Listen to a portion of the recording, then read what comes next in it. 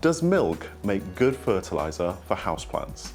This claim is all over the internet, and the idea is that it creates a natural, inexpensive fertiliser without having to resort to synthetics.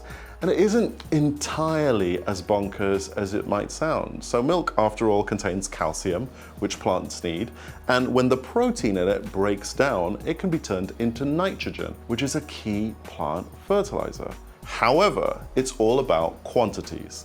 Standard fertiliser can contain up to 30 times the nitrogen of milk, and milk is 6 times the price of fertiliser. So the idea that it's inexpensive or effective doesn't really stack up. And that's before you consider, to make this nitrogen in milk available to plants, it first has to rot down. Now, just imagine the process of this rotting down. You have your beautiful houseplants sat next to you on your sofa, and then you pour milk all over that, and you wait for the milk to go rancid. Not exactly an attractive proposition.